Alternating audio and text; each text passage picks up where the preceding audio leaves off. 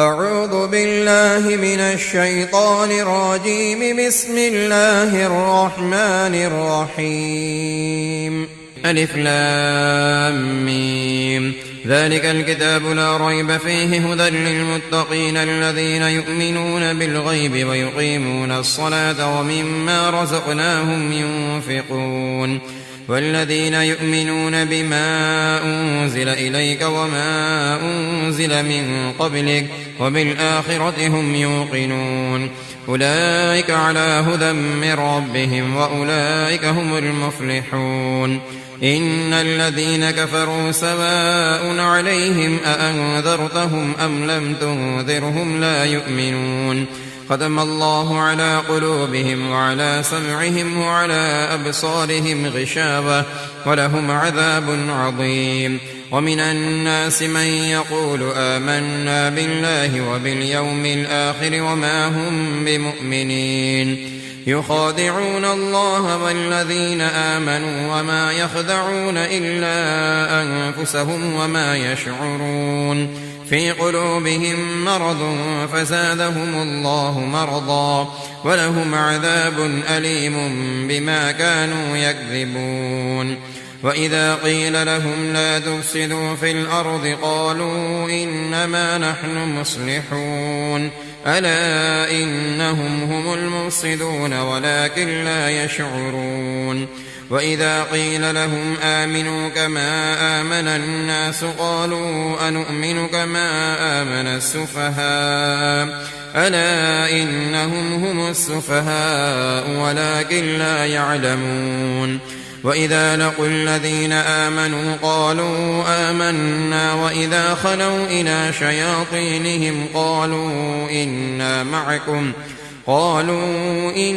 معكم إنما نحن مستهزئون الله يستهزئ بهم ويمدهم في طغيانهم يعمهون. أولئك الذين اشتروا الضلالة بالهدى فما ربحت تجارتهم وما كانوا مهتدين. مثلهم كمثل الذي استوقد نارا فلما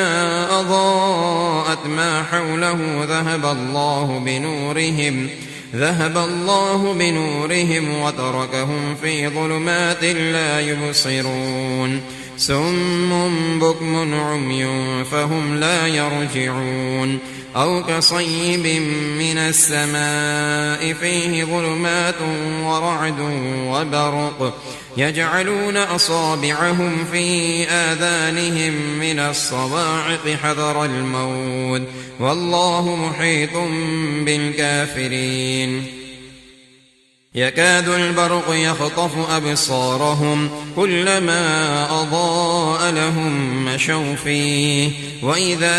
أظلم عليهم قاموا ولو شاء الله لذهب بسمعهم وأبصارهم إن الله على كل شيء قدير. يا أيها الناس اعبدوا ربكم الذي خلقكم والذين من قبلكم لعلكم تتقون الذي جعل لكم الأرض فراشا والسماء بناء وأنزل من السماء ماء فأخرج به من الثمرات رزقا لكم فلا تجعلوا لله أندادا وأنتم تعلمون. وإن كنتم في ريب مما نزلنا على عبدنا فأتوا بسورة من مثله وادعوا شهداءكم من دون الله إن كنتم صادقين فإن لم تفعلوا ولن تفعلوا فاتقوا النار التي وقودها الناس والحجارة أعدت للكافرين. وبشر الذين آمنوا وعملوا الصالحات أن لهم جنات تجري من تحتها الأنهار كلما رزقوا منها من ثمرة رزقا قالوا هذا الذي رزقنا من قبل وأتوا به متشابها ولهم فيها أزواج مطهرة وهم فيها خالدون. إن الله لا يستحيي أن يضرب مثلا ما بعوضة فما فوقها فأما الذين آمنوا فيعلمون أنه الحق من ربهم وأما الذين كفروا فيقولون ماذا أراد الله بهذا مثلا يضل به كثيرا ويهدي به كثيرا وما يضل به إلا الفاسقين الذين ينقضون عهد الله من بعد ميثاقه ويقطعون ما أمر الله به أن يوصل ويفسدون في الأرض أولئك هم الخاسرون كيف تكفرون بالله وكنتم أمواتا فأحياكم ثم يميتكم ثم يحييكم ثم إليه ترجعون هو الذي خلق لكم ما في الأرض جميعا ثم استوى إلى السماء فسواهن 7 سماوات وهو بكل شيء عليم وإذ قال ربك للملائكة إني جاعل في الأرض خليفة قالوا أتجعل فيها من يفسد فيها ويسفك الدماء ونحن نسبح بحمدك ونقدس لك قال إني أعلم ما لا تعلمون وعلم آدم الأسماء كلها ثم عرضهم على الملائكة فقال أنبئوني بأسماء هؤلاء إن كنتم صادقين قالوا سبحانك لا علم لنا إلا ما علمتنا إنك أنت العليم الحكيم قال يا آدم أنبئهم بأسمائهم فلما أنبأهم بأسمائهم قال ألم أقل لكم إني أعلم غيب السماوات والأرض وأعلم ما تبدون وما كنتم تكتمون وإذ قلنا للملائكة اسجدوا لآدم فسجدوا إلا إبليس أبى واستكبر وكان من الكافرين وقلنا يا آدم اسكن أنت وزوجك الجنة وكلا منها رغدا حيث شئتما ولا تقربا هذه الشجرة فتكونا من الظالمين فأزلهما الشيطان عنها فأخرجهما مما كانا فيه وقلنا اهبطوا بعضكم لبعض عدو ولكم في الأرض مستقر ومتاع إلى حين فتلقى آدم من ربه كلمات فتاب عليه إنه هو التواب الرحيم قل اهبطوا منها جميعا فإما يأتينكم مني هدى فمن تبع هداي فلا خوف عليهم ولا هم يحزنون والذين كفروا وكذبوا بآياتنا أولئك أصحاب النار هم فيها خالدون يا بني إسرائيل اذكروا نعمتي التي أنعمت عليكم وأوفوا بعهدي أوف بعهدكم وإياي فارهبون وآمنوا بما أنزلت مصدقا لما معكم ولا تكونوا أول كافر به ولا تشتروا بآياتي ثمنا قليلا وإياي فاتقون ولا تلبسوا الحق بالباطل وتكتموا الحق وأنتم تعلمون وأقيموا الصلاة وآتوا الزكاة واركعوا مع الراكعين أتأمرون الناس بالبر وتنسون أنفسكم وأنتم تتلون الكتاب أفلا تعقلون واستعينوا بالصبر والصلاة وإنها لكبيرة إلا على الخاشعين الذين يظنون أنهم ملاقو ربهم وأنهم إليه راجعون يا بني إسرائيل اذكروا نعمتي التي أنعمت عليكم وأني فضلتكم على العالمين واتقوا يوما لا تجزي نفس عن نفس شيئا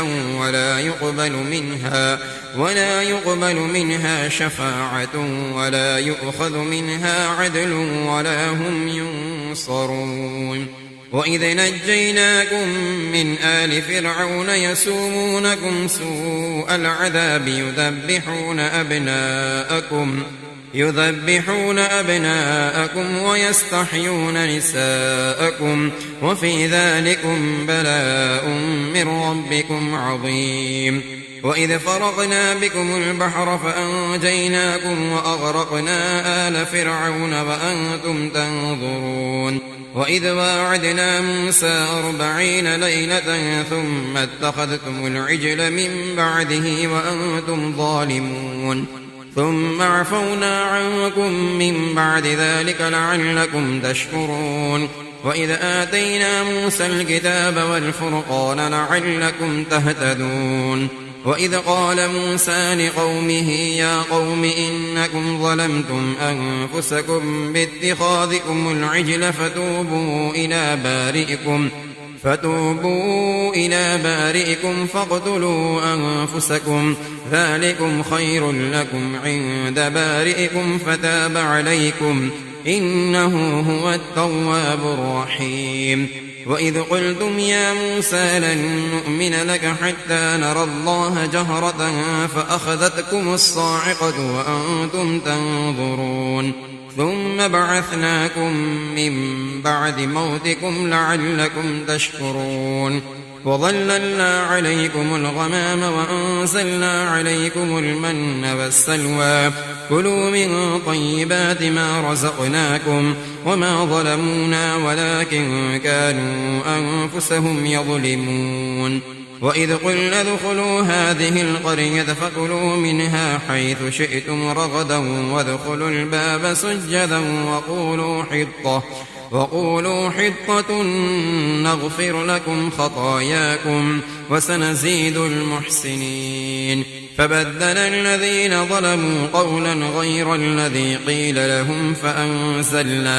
فأنزلنا على الذين ظلموا رجزا من السماء بما كانوا يفسقون وإذ استسقى موسى لقومه فقلنا اضرب بعصاك الحجر فانفجرت منه 12 عينا قد علم كل أناس مشربهم كلوا واشربوا من رزق الله ولا تعثوا في الأرض مفسدين وإذ قلتم يا موسى لن نصبر على طعام واحد فادع لنا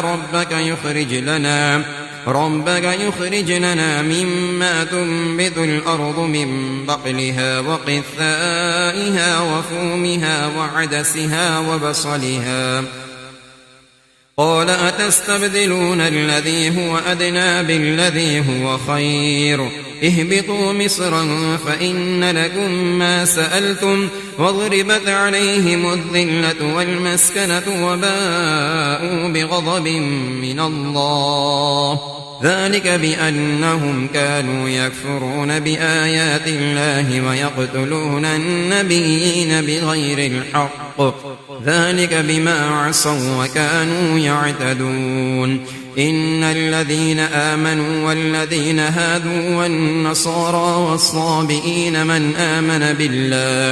من آمن بالله واليوم الآخر وعمل صالحا فلهم أجرهم عند ربهم ولا خوف عليهم ولا هم يحزنون وإذ أخذنا ميثاقكم ورفعنا فوقكم الطور خذوا ما آتيناكم بقوة واذكروا ما فيه لعلكم تتقون ثم توليتم من بعد ذلك فلولا فضل الله عليكم ورحمته لكنتم من الخاسرين ولقد علمتم الذين اعتدوا منكم في السبت فقلنا لهم كونوا قردة خاسئين فجعلناها نكالا لما بين يديها وما خلفها وموعظة للمتقين وإذ قال موسى لقومه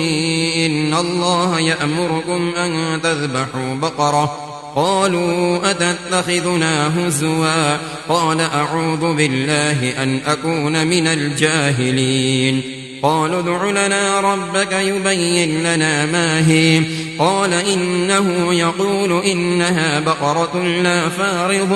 ولا بكر عوان بين ذلك فافعلوا ما تؤمرون قالوا ادع لنا ربك يبين لنا ما لونها قال إنه يقول إنها بقرة صفراء فاقع لونها تسر الناظرين قالوا ادع لنا ربك يبين لنا ما هي إن البقرة شابه علينا وإنا إن شاء الله لمهتدون قال إنه يقول إنها بقرة لا ذلول تثير الأرض ولا تسقي الحرث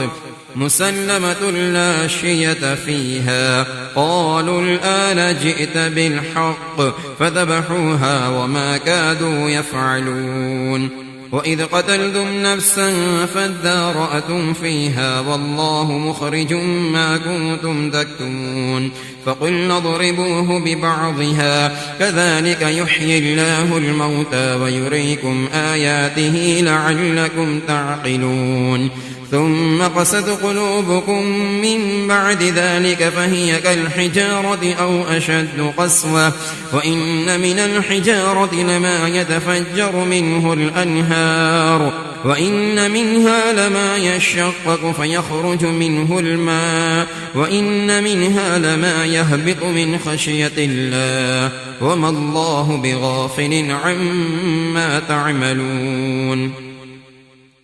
أفتطمعون أن يؤمنوا لكم وقد كان فريق منهم يسمعون كلام الله ثم يحرفونه من بعد ما عقلوه وهم يعلمون وإذا لقوا الذين آمنوا قالوا آمنا وإذا خلا بعضهم إلى بعض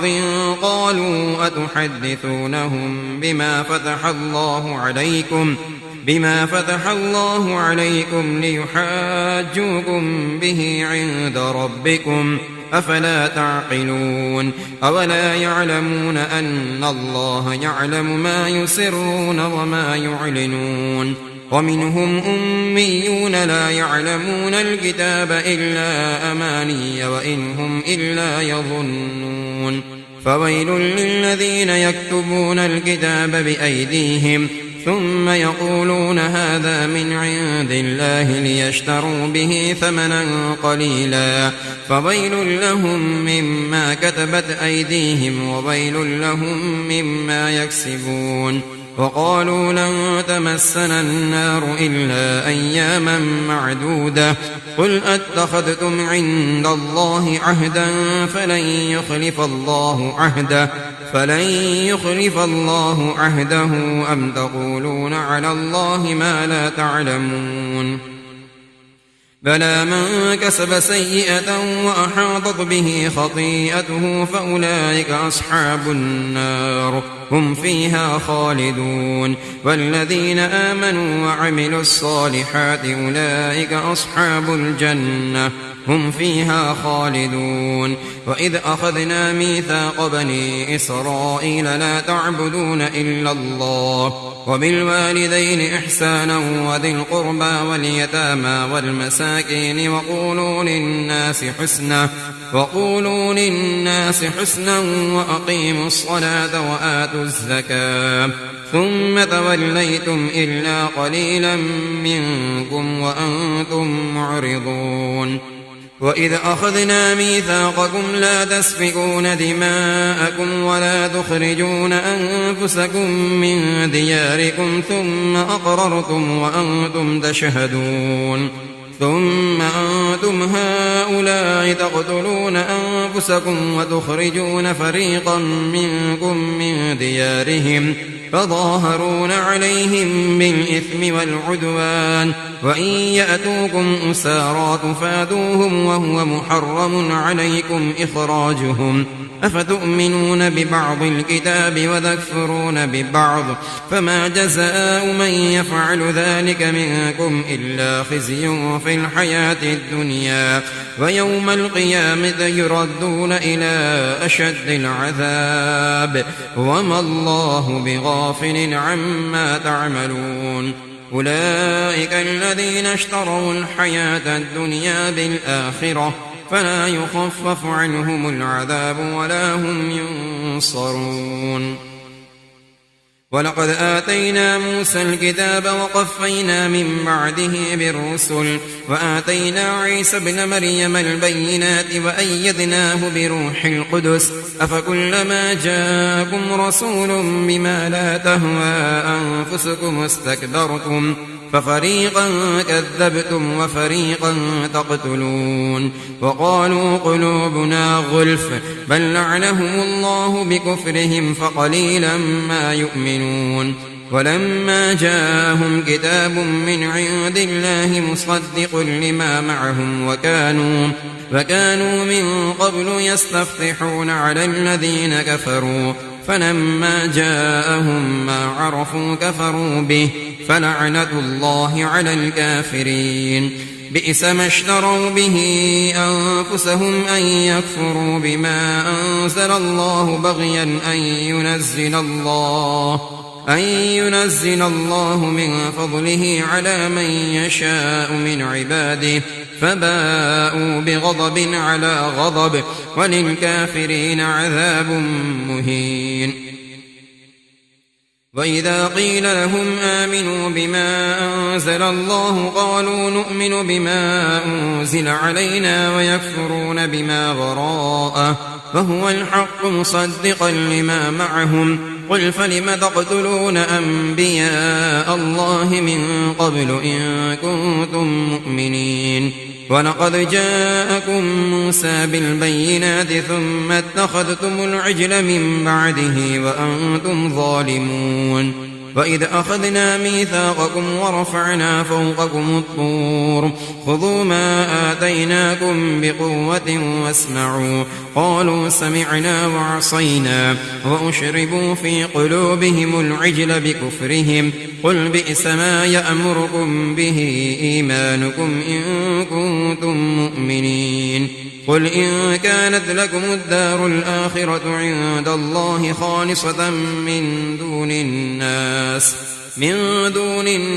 فتمنوا الموت إن كنتم صادقين ولن يتمنوه أبدا بما قدمت أيديهم والله عليم بالظالمين ولتجدنهم أحرص الناس على حياة ومن الذين أشركوا يود أحدهم لو يعمر 1000 سنة وما هو بمزحزحه من العذاب أن يعمر والله بصير بما يعملون قل من كان عدوا لجبريل فإنه نزله على قلبك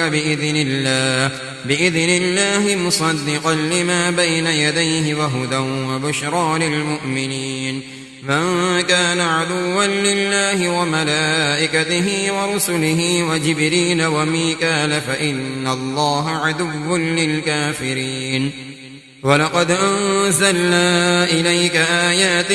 بينات وما يكفر بها إلا الفاسقون أوكلما عاهدوا عهدا نبذه فريق منهم بل أكثرهم لا يؤمنون ولما جاءهم رسول من عند الله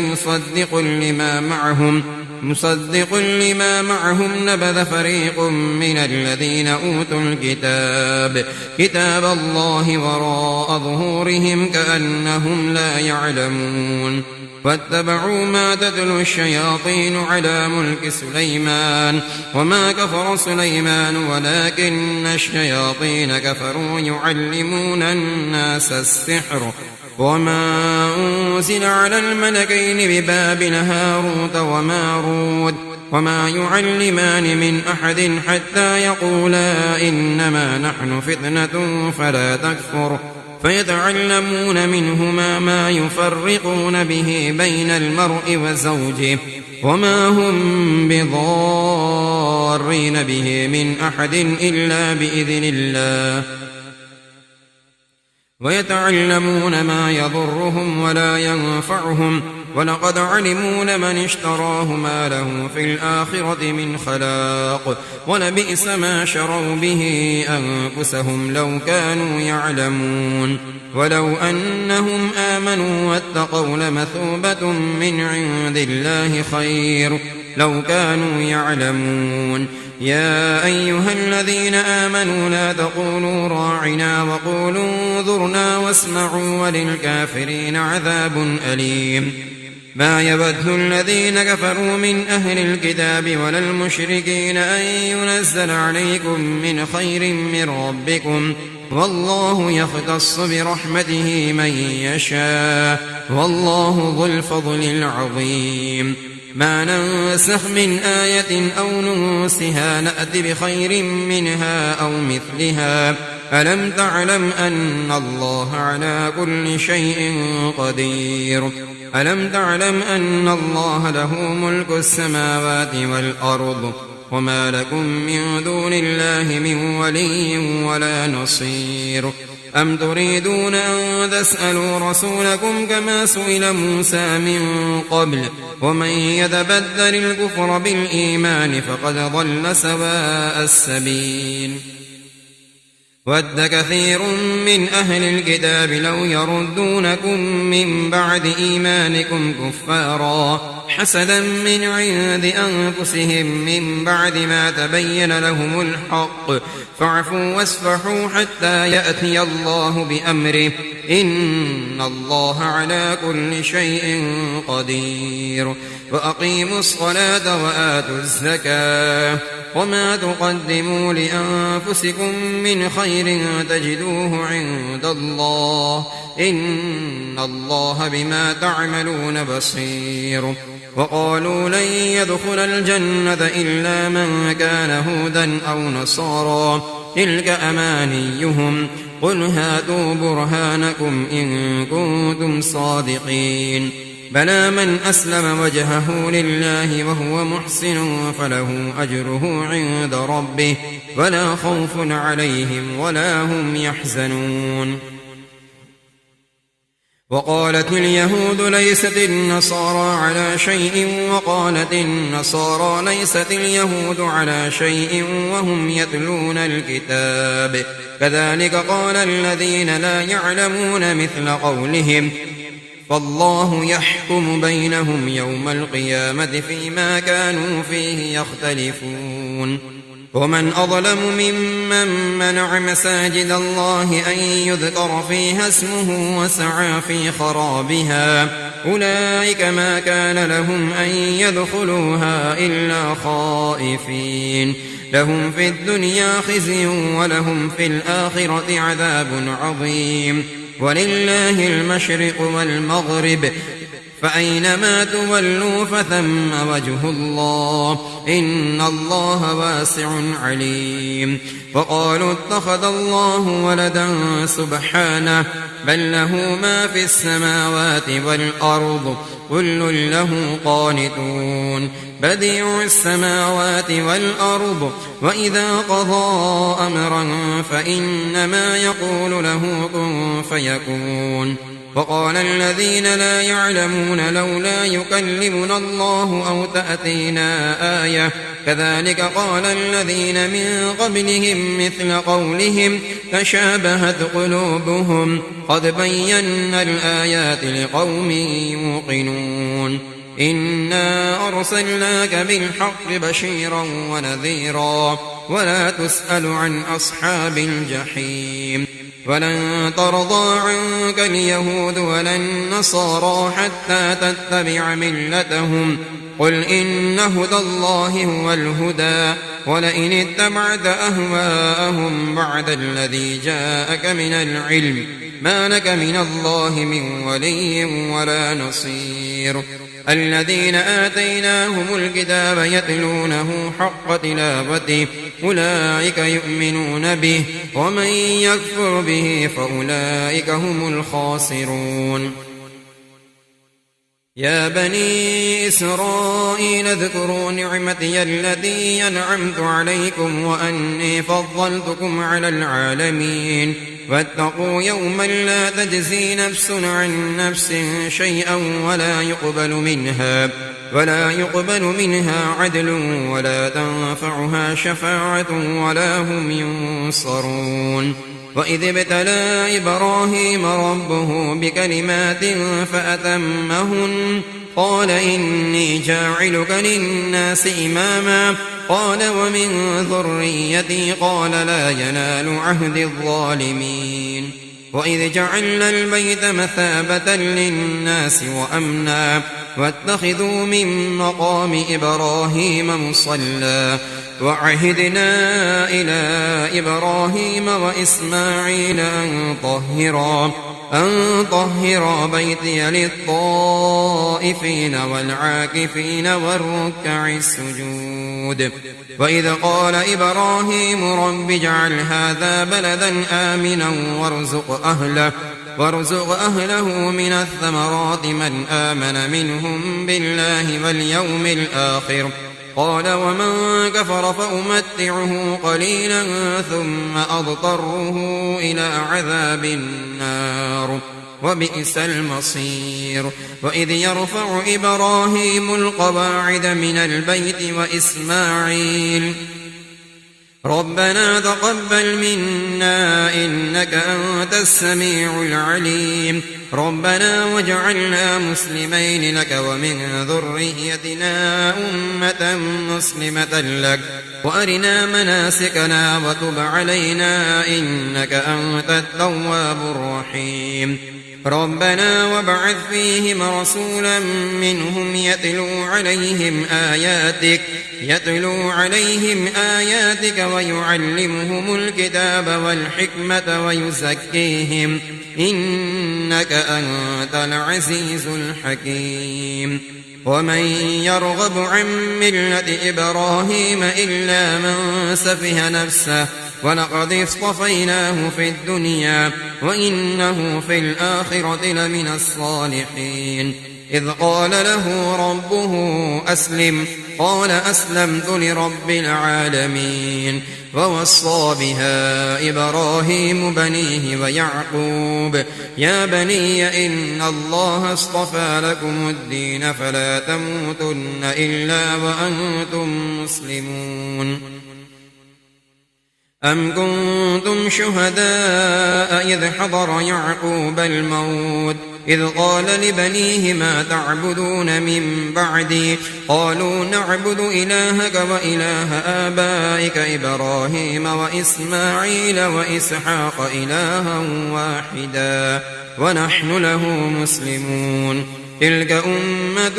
قد خلت لها ما كسبت ولكم ما كسبتم ولا تسألون عما كانوا يعملون. وقالوا كونوا هودا أو نصارى تهتدوا قل بل ملة إبراهيم حنيفا وما كان من المشركين. قولوا آمنا بالله وما أنزل إلينا وما أنزل إلى إبراهيم وإسماعيل وإسحاق ويعقوب والأسباط وما أوتي موسى وعيسى وما أوتي النبيون من ربهم لا نفرق بين أحد منهم ونحن له مسلمون. فإن آمنوا بمثل ما آمنتم به فقد اهتدوا وإن تولوا فإنما هم في شقاق فسيكفيكهم الله وهو السميع العليم. صبغة الله ومن أحسن من الله صبغة ونحن له عابدون. قل أتحاجوننا في الله وهو ربنا وربكم ولنا أعمالنا ولكم أعمالكم ونحن له مخلصون. أم تقولون إن إبراهيم وإسماعيل وإسحاق ويعقوب والأسباط كانوا هودا أو نصارى قل أأنتم أعلم أم الله ومن أظلم ممن كتم شهادة عنده من الله وما الله بغافل عما تعملون تلك أمة قد خلت لها ما كسبت ولكم ما كسبتم ولا تسألون عما كانوا يعملون سيقول السفهاء من الناس ما ولاهم عن قبلتهم التي كانوا عليها قل لله المشرق والمغرب يهدي من يشاء إلى صراط مستقيم وكذلك جعلناكم أمة وسطا لتكونوا شهداء على الناس ويكون الرسول عليكم شهيدا وما جعلنا القبلة التي كنت عليها إلا لنعلم من يتبع الرسول ممن ينقلب على عقبيه وإن كانت لكبيرة إلا على الذين هدى الله وما كان الله ليضيع إيمانكم إن الله بالناس لرءوف رحيم قد نرى تقلب وجهك في السماء فلنولينك قبلة ترضاها فول وجهك شطر المسجد الحرام وحيث ما كنتم فولوا وجوهكم شطره وإن الذين أوتوا الكتاب ليعلمون أنه الحق من ربهم وما الله بغافل عما يعملون ولئن أتيت الذين أوتوا الكتاب بكل آية ما تبعوا قبلتك وما أنت بتابع قبلتهم وما بعضهم بتابع قبلة بعض ولئن اتبعت أهواءهم من بعد ما جاءك من العلم إنك إذا لمن الظالمين الذين آتيناهم الكتاب يعرفونه كما يعرفون أبناءهم وإن فريقا منهم ليكتمون الحق وهم يعلمون الحق من ربك فلا تكونن من الممترين ولكل وجهة هو موليها فاستبقوا الخيرات أينما تكونوا يأت بكم الله جميعا إن الله على كل شيء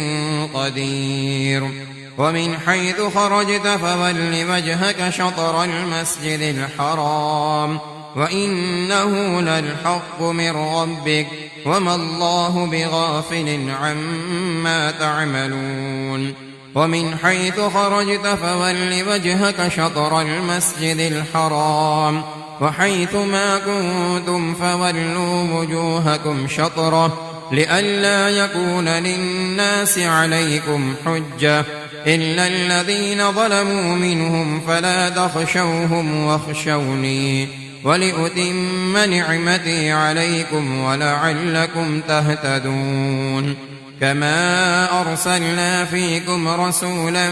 منكم يتلو عليكم آياتنا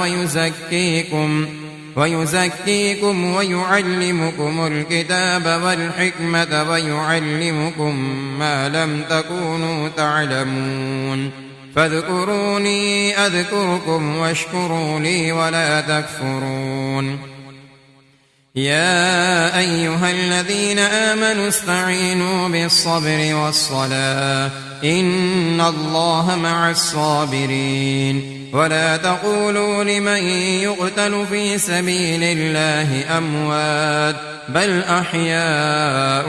ولكن لا تشعرون ولنبلونكم بشيء من الخوف والجوع ونقص من الأموال والأنفس والثمرات وبشر الصابرين الذين إذا أصابتهم مصيبة قالوا إنا لله وإنا إليه راجعون أولئك عليهم صلوات من ربهم ورحمة وأولئك هم المهتدون إن الصفا والمروة من شعائر الله فمن حج البيت أو اعتمر فلا جناح عليه أن يطوف بهما ومن تطوع خيرا فإن الله شاكر عليم إن الذين يكتمون ما أنزلنا من البينات والهدى من بعد ما بيناه للناس في الكتاب أولئك يلعنهم الله ويلعنهم اللاعنون إلا الذين تابوا وأصلحوا وبينوا فأولئك أتوب عليهم وأنا التواب الرحيم إن الذين كفروا وماتوا وهم كفار أولئك عليهم لعنة الله والملائكة والناس أجمعين خالدين فيها لا يخفف عنهم العذاب ولا هم ينظرون وإلهكم إله واحد لا إله إلا هو الرحمن الرحيم إن في خلق السماوات والأرض واختلاف الليل والنهار والفلك التي تجري في البحر بما ينفع الناس وما أنزل الله من السماء من ماء فأحيا به الأرض بعد موتها وبث فيها من كل دابة وتصريف الرياح والسحاب المسخر بين السماء والأرض لآيات لقوم يعقلون ومن الناس من يتخذ من دون الله أندادا يحبونهم كحب الله والذين آمنوا أشد حبا لله ولو يرى الذين ظلموا إذ يرون العذاب أن القوة لله جميعا وأن الله شديد العذاب إذ تبرأ الذين اتبعوا من الذين اتبعوا ورأوا العذاب وتقطعت بهم الأسباب وقال الذين اتبعوا لو أن لنا كرة فنتبرأ منهم كما تبرأوا منا كذلك يريهم الله أعمالهم حسرات عليهم وما هم بخارجين من النار يا أيها الناس كلوا مما في الأرض حلالا طيبا ولا تتبعوا خطوات الشيطان إنه لكم عدو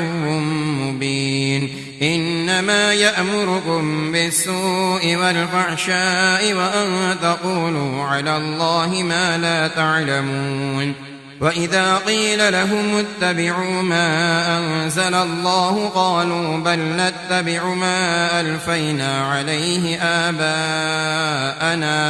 أولو كان آباؤهم لا يعقلون شيئا ولا يهتدون ومثل الذين كفروا كمثل الذي ينعق بما لا يسمع إلا دعاء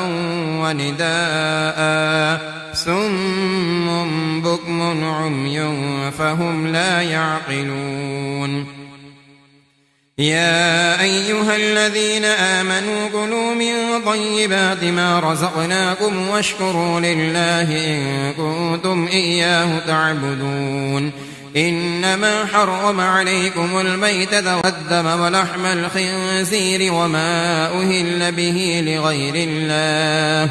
فمن اضطر غير باغ ولا عاد فلا إثم عليه إن الله غفور رحيم إن الذين يكتمون ما أنزل الله من الكتاب ويشترون به ثمنا قليلا أولئك ما يأكلون في بطونهم إلا النار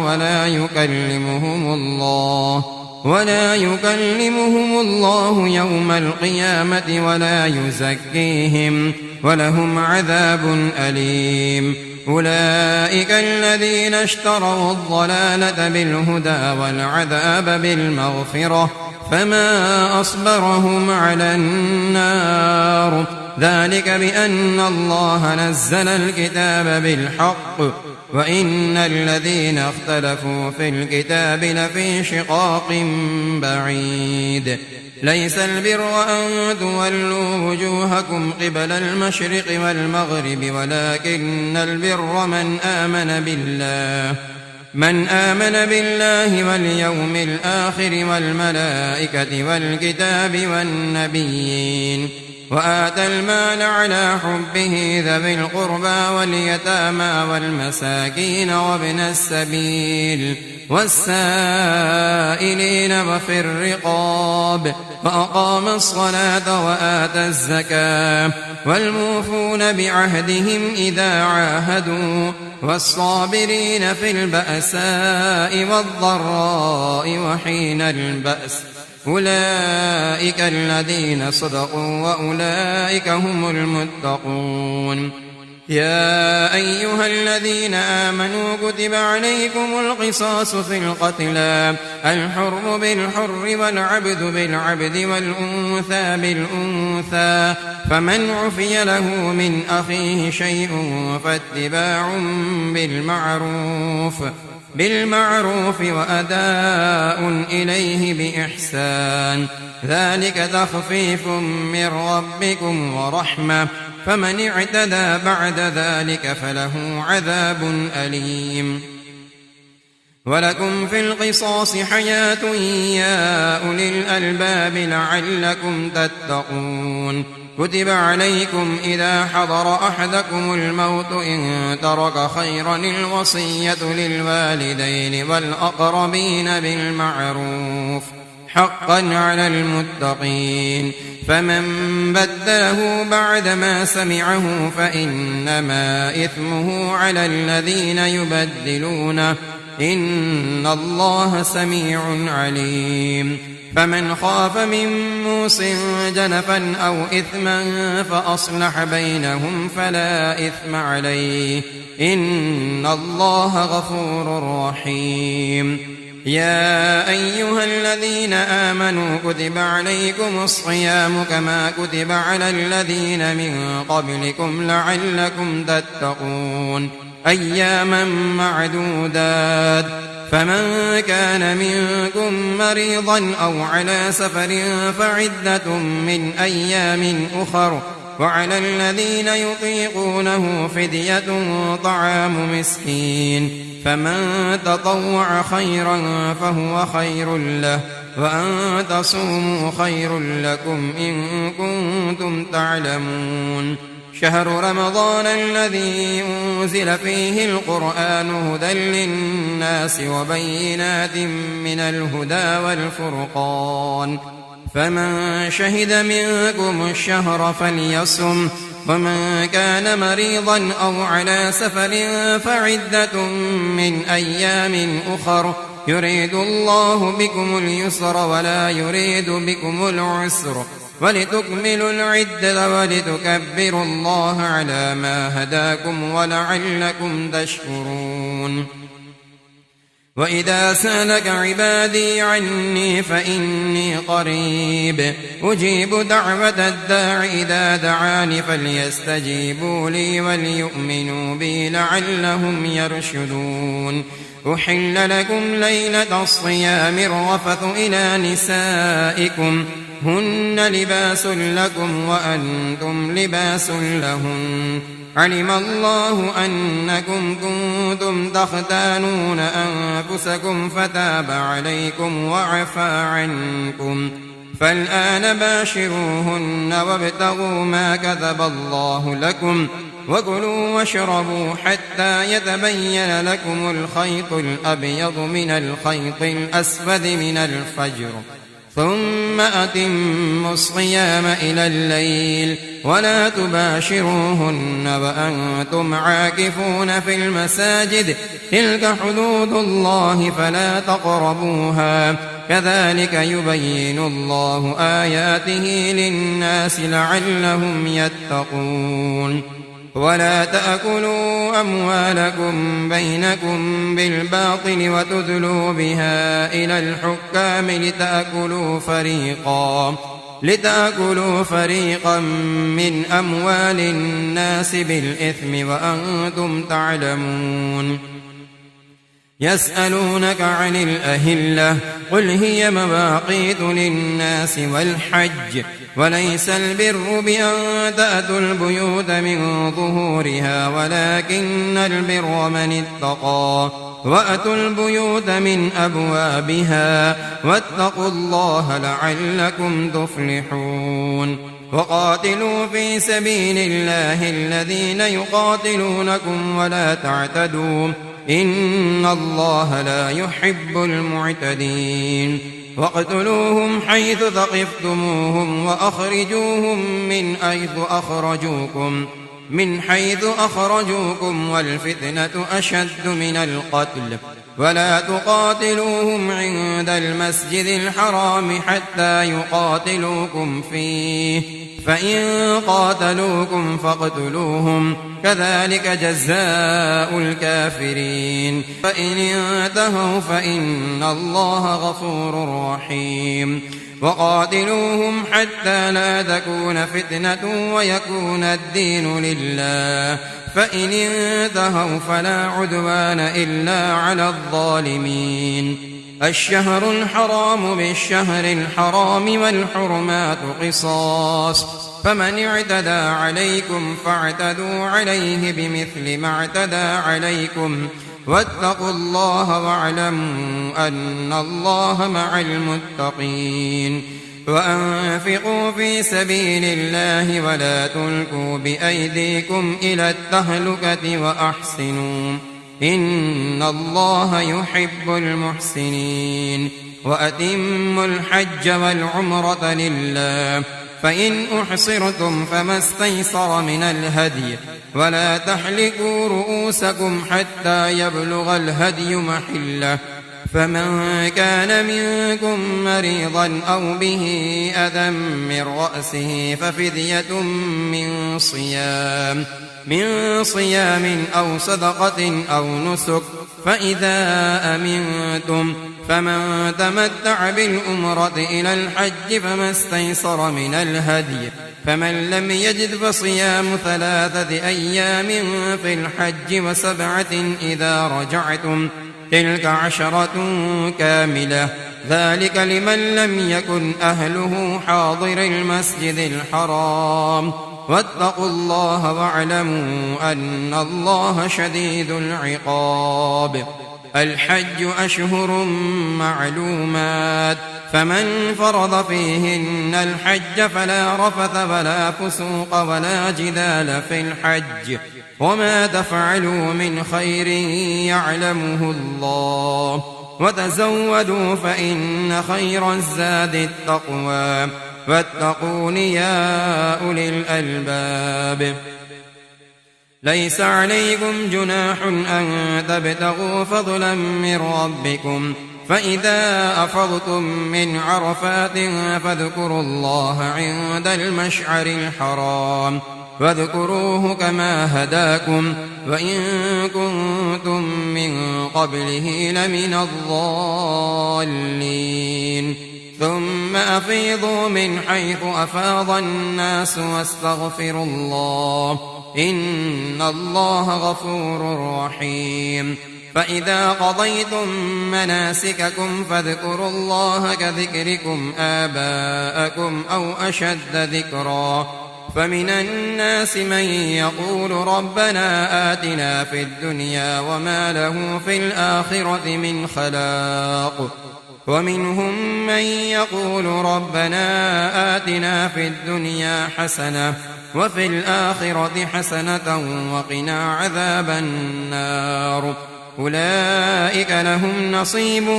مما كسبوا والله سريع الحساب واذكروا الله في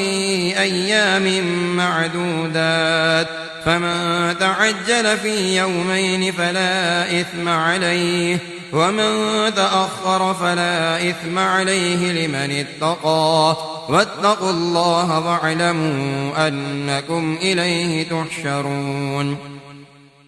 ومن الناس من يعجبك قوله في الحياة الدنيا ويشهد الله على ما في قلبه وهو علد الخصام وإذا تولى سعى في الأرض ليفسد فيها ويهلك الحرث والنسل والله لا يحب الفساد وإذا قيل له اتق الله أخذته العزة بالإثم فحسبه جهنم ولبئس المهاد ومن الناس من يشري نفسه ابتغاء مرضات الله والله رؤوف بالعباد يا أيها الذين آمنوا ادخلوا في السلم كافة ولا تتبعوا خطوات الشيطان إنه لكم عدو مبين فإن زللتم من بعد ما جاءتكم البينات فاعلموا أن الله عزيز حكيم هل ينظرون إلا أن يأتيهم الله في ظلل من الغمام والملائكة وقضي الأمر وإلى الله ترجع الأمور سل بني إسرائيل كم آتيناهم من آية بينة ومن يبدل نعمة الله من بعد ما جاءته فإن الله شديد العقاب زين للذين كفروا الحياة الدنيا ويسخرون من الذين آمنوا والذين اتقوا فوقهم يوم القيامة والله يرزق من يشاء بغير حساب كان الناس أمة واحدة فبعث الله النبيين مبشرين ومنذرين وأنزل معهم الكتاب بالحق ليحكم بين الناس فيما اختلفوا فيه وما اختلف فيه إلا الذين أوتوه من بعد ما جاءتهم البينات بغيا بينهم فهدى الله الذين آمنوا لما اختلفوا فيه من الحق بإذنه والله يهدي من يشاء إلى صراط مستقيم أم حسبتم أن تدخلوا الجنة ولما يأتكم مثل الذين خلوا من قبلكم مستهم البأساء والضراء وزلزلوا حتى يقول الرسول والذين آمنوا معه متى نصر الله ألا إن نصر الله قريب يسألونك ماذا ينفقون قل ما أنفقتم من خير فللوالدين والأقربين واليتامى والمساكين وابن السبيل وما تفعلوا من خير فإن الله به عليم كتب عليكم القتال وهو كره لكم وعسى أن تكرهوا شيئا وهو خير لكم وعسى أن تحبوا شيئا وهو شر لكم والله يعلم وأنتم لا تعلمون يسألونك عن الشهر الحرام قتال فيه قل قتال فيه كبير وصد عن سبيل الله وكفر به والمسجد الحرام وإخراج أهله منه أكبر عند الله والفتنة أكبر من القتل ولا يزالون يقاتلونكم حتى يردوكم عن دينكم إن استطاعوا ومن يرتد منكم عن دينه فيمت وهو كافر فأولئك حبطت أعمالهم في الدنيا والآخرة وأولئك أصحاب النار هم فيها خالدون إن الذين آمنوا والذين هاجروا وجاهدوا في سبيل الله أولئك يرجون رحمة الله والله غفور رحيم. يسألونك عن الخمر والميسر قل فيهما إثم كبير ومنافع للناس وإثمهما أكبر من نفعهما ويسألونك ماذا ينفقون قل العفو كذلك يبين الله لكم الآيات لعلكم تتفكرون في الدنيا والآخرة. ويسألونك عن اليتامى قل إصلاح لهم خير وإن تخالطوهم فإخوانكم والله يعلم المفسد من المصلح ولو شاء الله لأعنتكم إن الله عزيز حكيم. ولا تنكحوا المشركات حتى يؤمنوا ولأمة مؤمنة خير من مشركة ولو أعجبتكم ولا تنكحوا المشركين حتى يؤمنوا ولعبد مؤمن خير من مشرك ولو أعجبكم أولئك يدعون إلى النار والله يدعو إلى الجنة والمغفرة بإذنه ويبين آياته للناس لعلهم يتذكرون. ويسألونك عن المحيض قل هو أذى فاعتزلوا النساء في المحيض ولا تقربوهن حتى يطهرن فإذا تطهرن فأتوهن من حيث أمركم الله إن الله يحب التوابين ويحب المتطهرين. نساؤكم حرث لكم فأتوا حرثكم أنا شئتم وقدموا لأنفسكم واتقوا الله واعلموا أنكم ملاقوه وبشر المؤمنين. ولا تجعلوا الله عرضة لأيمانكم أن تبروا وتتقوا وتصلحوا بين الناس والله سميع عليم. لا يؤاخذكم الله باللغو في أيمانكم ولكن يؤاخذكم بما كسبت قلوبكم والله غفور حليم. للذين يؤلون من نسائهم تربص 4 أشهر فإن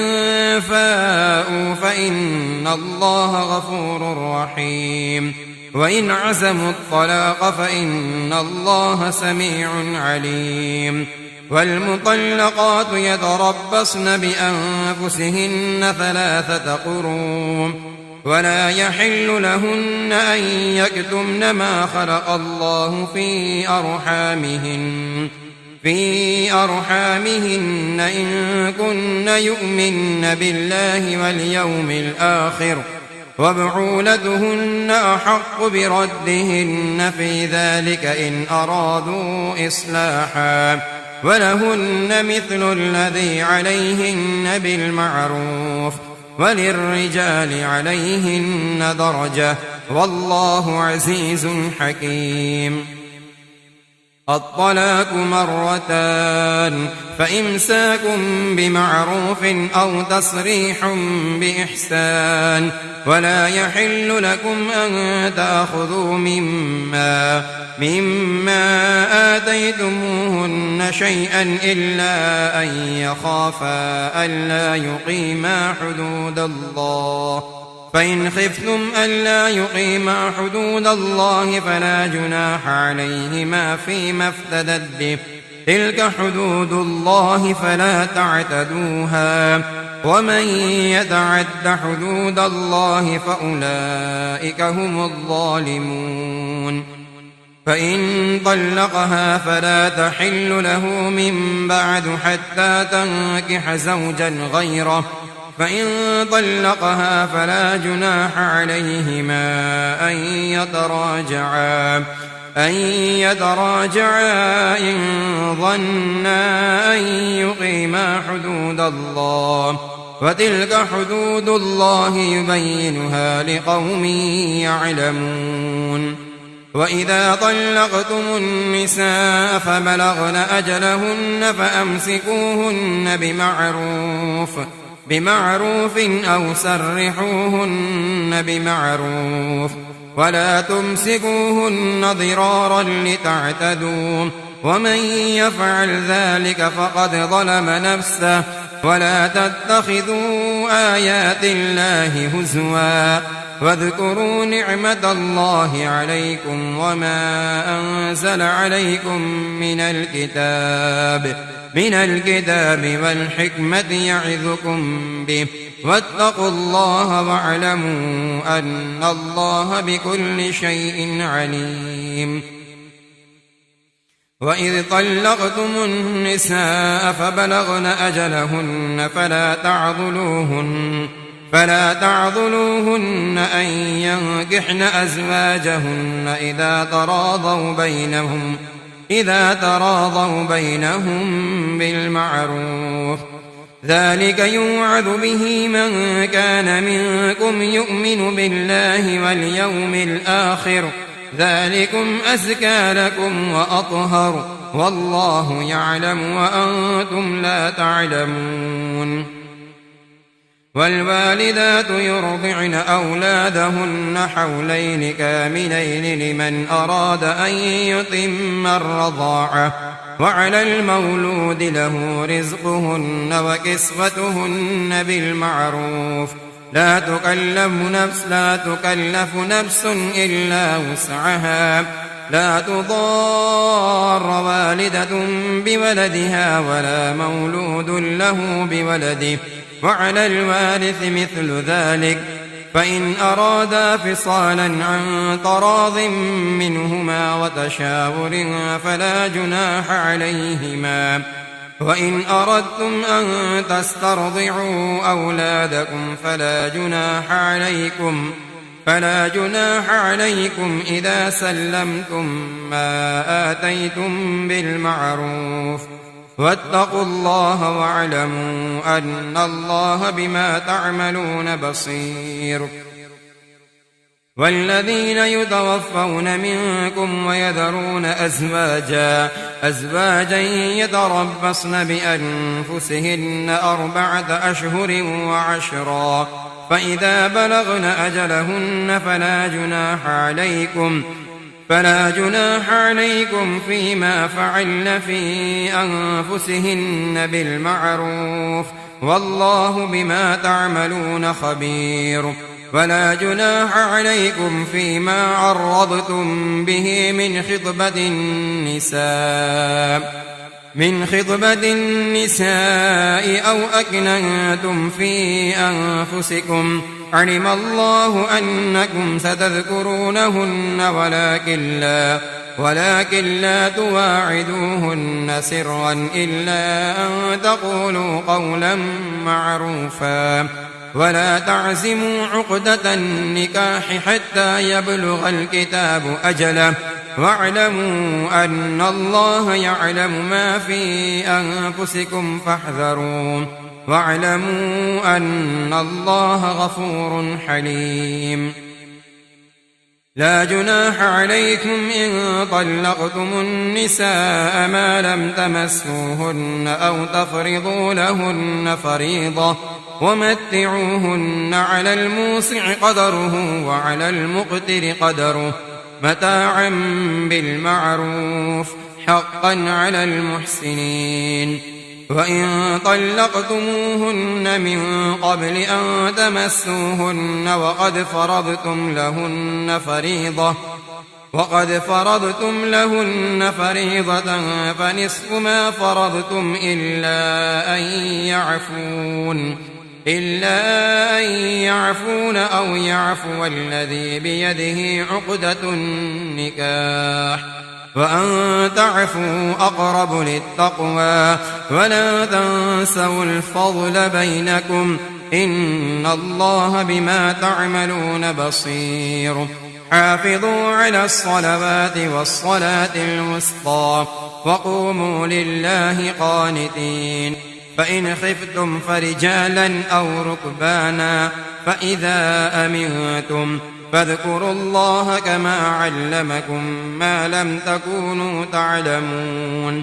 والذين يتوفون منكم ويذرون أزواجا وصية لأزواجهم متاعا إلى الحول غير إخراج، فإن خرجن فلا جناح عليكم فيما فعلن في أنفسهن من معروف، والله عزيز حكيم. وللمطلقات متاع بالمعروف حقا على المتقين، كذلك يبين الله لكم آياته لعلكم تعقلون. ألم تر إلى الذين خرجوا من ديارهم وهم ألوف حذر الموت فقال لهم الله موتوا ثم أحياهم إن الله لذو فضل على الناس ولكن أكثر الناس لا يشكرون. وقاتلوا في سبيل الله واعلموا أن الله سميع عليم. من ذا الذي يقرض الله قرضا حسنا فيضاعفه له أضعافا كثيرة والله يقبض ويبسط وإليه ترجعون. ألم تر إلى الملأ من بني إسرائيل من بعد موسى إذ قالوا لنبي له مبعث لنا ملكا نقاتل في سبيل الله قال هل عسيتم إن كتب عليكم القتال ألا تقاتلوا قالوا وما لنا ألا نقاتل في سبيل الله وقد أخرجنا من ديارنا وأبنائنا فلما كتب عليهم القتال تولوا إلا قليلا منهم والله عليم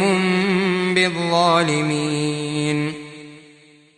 وقال لهم نبيهم إن الله قد بعث لكم طالوت ملكا قالوا أنى يكون له الملك علينا ونحن أحق بالملك منه ولم يؤت سعة من المال قال إن الله اصطفاه عليكم وزاده بسطة في العلم والجسم والله يؤتي ملكه من يشاء والله واسع عليم. وقال لهم نبيهم إن آية ملكه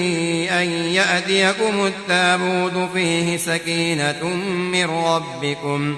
وبقية مما ترك آل موسى وآل هارون تحمله الملائكة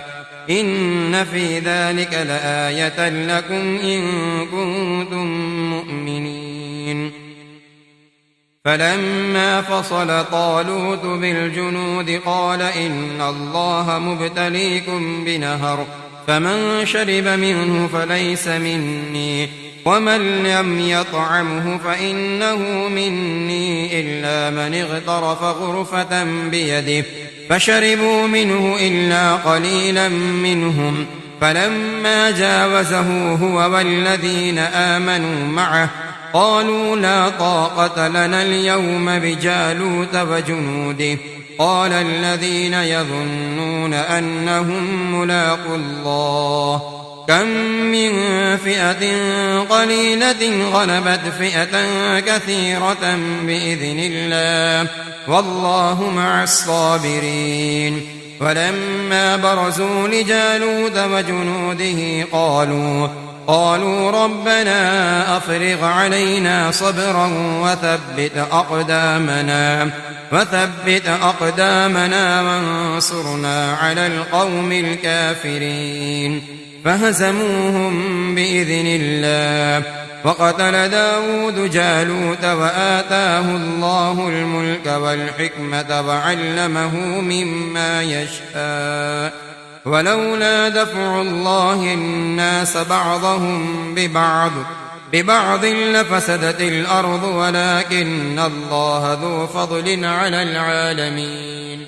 تلك آيات الله نتلوها عليك بالحق وإنك لمن المرسلين.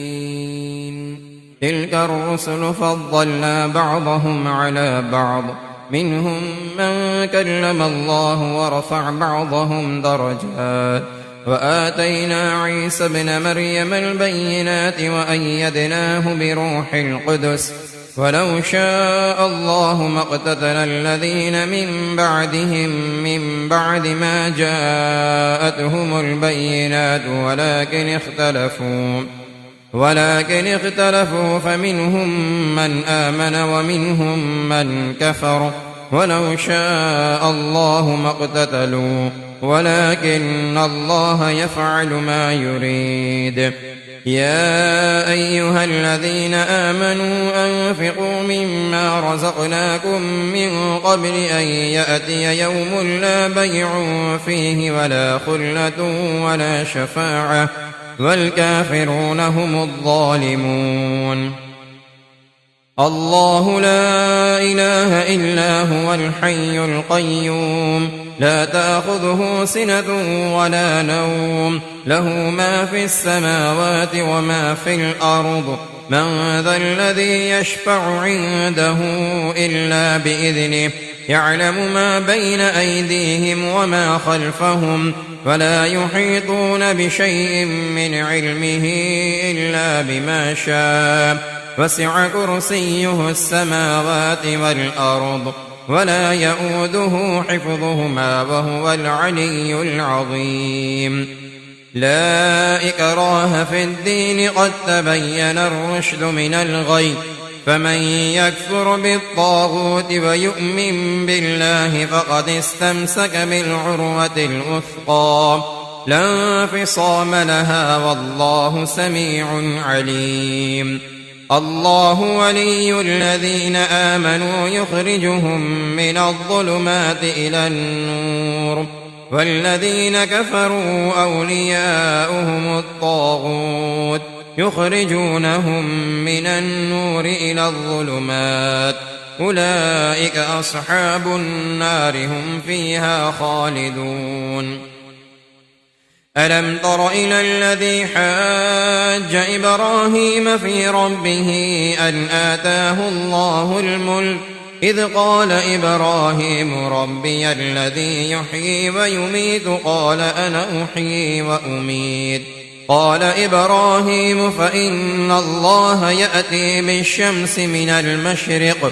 المشرق فأت بها من المغرب فبهت الذي كفر والله لا يهدي القوم الظالمين. أو كالذي مر على قرية وهي خاوية على عروشها قال أنى يحيي هذه الله بعد موتها فأماته الله 100 عام ثم بعثه قال كم لبثت قال لبثت يوما أو بعض يوم قال بل لبثت 100 عام فانظر إلى طعامك وشرابك لم يتسنه وانظر إلى حمارك ولنجعلك آية للناس وانظر إلى العظام كيف ننشزها ثم نكسوها لحما فلما تبين له قال أعلم أن الله على كل شيء قدير. وإذ قال إبراهيم رب أرني كيف تحيي الموتى قال أولم تؤمن قال بلى ولكن ليطمئن قلبي قال فخذ 4 من الطير فصرهن إليك ثم اجعل على كل جبل منهن جزءا ثم ادعهن يأتينك سعيا واعلم أن الله عزيز حكيم.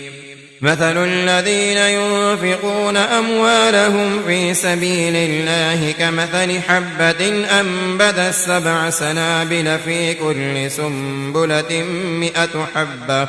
والله يضاعف لمن يشاء والله واسع عليم. الذين ينفقون أموالهم في سبيل الله ثم لا يتبعون ما أنفقوا منا ولا أذى لهم أجرهم عند ربهم ولا خوف عليهم ولا هم يحزنون. قول معروف ومغفرة خير من صدقة يتبعها أذى والله غني حليم. يا أيها الذين آمنوا لا تبطلوا صدقاتكم بالمن والأذى كالذي ينفق ماله رئاء الناس ولا يؤمن بالله واليوم الآخر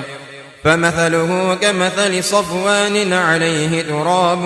فأصابه وابل فتركه صلدا لا يقدرون على شيء مما كسبوا والله لا يهدي القوم الكافرين. ومثل الذين ينفقون أموالهم ابتغاء مرضات الله وتثبيتا من أنفسهم كمثل جنة بربوة أصابها وابل فآتت أكلها ضعفين فإن لم يصبها وابل فطل والله بما تعملون بصير. أيود أحدكم أن تكون له جنة من نخيل وأعناب تجري من تحتها الأنهار له فيها من كل الثمرات وأصابه الكبر وله ذرية ضعفاء فأصابها إعصار فيه نار فاحترقت كذلك يبين الله لكم الآيات لعلكم تتفكرون. يا أيها الذين آمنوا أنفقوا من طيبات ما كسبتم ومما أخرجنا لكم من الأرض ولا تيمموا الخبيث منه تنفقون ولستم بآخذيه إلا أن تغمضوا فيه واعلموا أن الله غني حميد. الشيطان يعدكم الفقر ويأمركم بالفحشاء والله يعدكم مغفرة منه وفضلا والله واسع عليم. يؤتي الحكمة من يشاء ومن يؤت الحكمة فقد أوتي خيرا كثيرا وما يذكر إلا أولو الألباب. وما أنفقتم من نفقة أو نذرتم من نذر فإن الله يعلمه وما للظالمين من أنصار. إن تبدوا الصدقات فنعما هي وإن تخفوها وتؤتوها الفقراء فهو خير لكم ويكفر عنكم من سيئاتكم والله بما تعملون خبير. ليس عليك هداهم ولكن الله يهدي من يشاء وما تنفقوا من خير فلأنفسكم وما تنفقون إلا ابتغاء وجه الله وما تنفقوا من خير يوفى إليكم وأنتم لا تظلمون. للفقراء الذين أحصروا في سبيل الله لا يستطيعون ضربا في الأرض يحسبهم الجاهل أغنياء من التعفف تعرفهم بسيماهم لا يسألون الناس إلحافا وما تنفقوا من خير فإن الله به عليم. الذين ينفقون أموالهم بالليل والنهار سرا وعلانية فلهم أجرهم عند ربهم ولا خوف عليهم ولا هم يحزنون. الذين يأكلون الربا لا يقومون إلا كما يقوم الذي يتخبطه الشيطان من المس ذلك بأنهم قالوا إنما البيع مثل الربا وأحل الله البيع وحرم الربا فمن جاءه موعظة من ربه فانتهى فله ما سلف وأمره إلى الله ومن عاد فأولئك أصحاب النار هم فيها خالدون يمحق الله الربا ويربي الصدقات والله لا يحب كل كفار أثيم إن الذين آمنوا وعملوا الصالحات وأقاموا الصلاة وآتوا الزكاة لهم أجرهم عند ربهم ولا خوف عليهم ولا هم يحزنون يا أيها الذين آمنوا اتقوا الله وذروا ما بقي من الربا إن كنتم مؤمنين فإن لم تفعلوا فأذنوا بحرب من الله ورسوله وإن تبتم فلكم رؤوس أموالكم لا تظلمون ولا تظلمون وإن كان ذو عسرة فنظرة إلى ميسرة وأن تصدقوا خير لكم إن كنتم تعلمون واتقوا يوما ترجعون فيه إلى الله ثم توفى كل نفس ما كسبت وهم لا يظلمون يا أيها الذين آمنوا إذا تداينتم بدين إلى أجل مسمى فاكتبوه وليكتب بينكم كاتب بالعدل ولا يأب كاتب أن يكتب كما علمه الله فليكتب وليملل الذي عليه الحق وليتق الله ربه ولا يبخس منه شيئا فإن كان الذي عليه الحق سفيها أو ضعيفا أو لا يستطيع أن يمله فليملل وليه بالعدل واستشهدوا شهيدين من رجالكم فإن لم يكونا رجلين فرجل وامرأتان ممن ترضون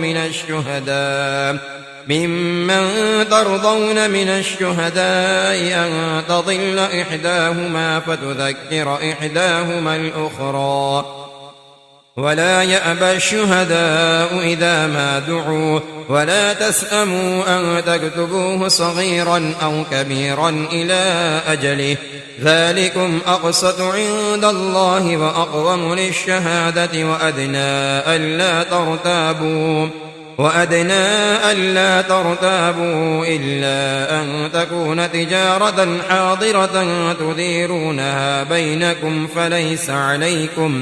فليس عليكم جناح ألا تكتبوها وأشهدوا إذا تبايعتم ولا يضار كاتب ولا شهيد وإن تفعلوا فإنه فسوق بكم واتقوا الله ويعلمكم الله والله بكل شيء عليم وإن كنتم على سفر ولم تجدوا كاتبا فرهان مقبوضة فإن أمن بعضكم بعضا فليؤد الذي ائتمن أمانته وليتق الله ربه ولا تكتموا الشهادة ومن يكتمها فإنه آثم قلبه والله بما تعملون عليم لله ما في السماوات وما في الأرض وإن تبدوا ما في أنفسكم أو تخفوه يحاسبكم به الله فيغفر لمن يشاء ويعذب من يشاء والله على كل شيء قدير آمن الرسول بما أنزل إليه من ربه والمؤمنون كل آمن بالله وملائكته وكتبه ورسله لا نفرق بين أحد من رسله وقالوا سمعنا وأطعنا غفرانك ربنا وإليك المصير لا يكلف الله نفسا إلا وسعها لها ما كسبت وعليها ما اكتسبت ربنا لا تؤاخذنا إن نسينا أو أخطأنا ربنا ولا تحمل علينا إصرا كما حملته على الذين من قبلنا ربنا ولا تحملنا ما لا طاقة لنا به واعف عنا واغفر لنا وارحمنا أنت مولانا فانصرنا على القوم الكافرين. صدق الله العظيم.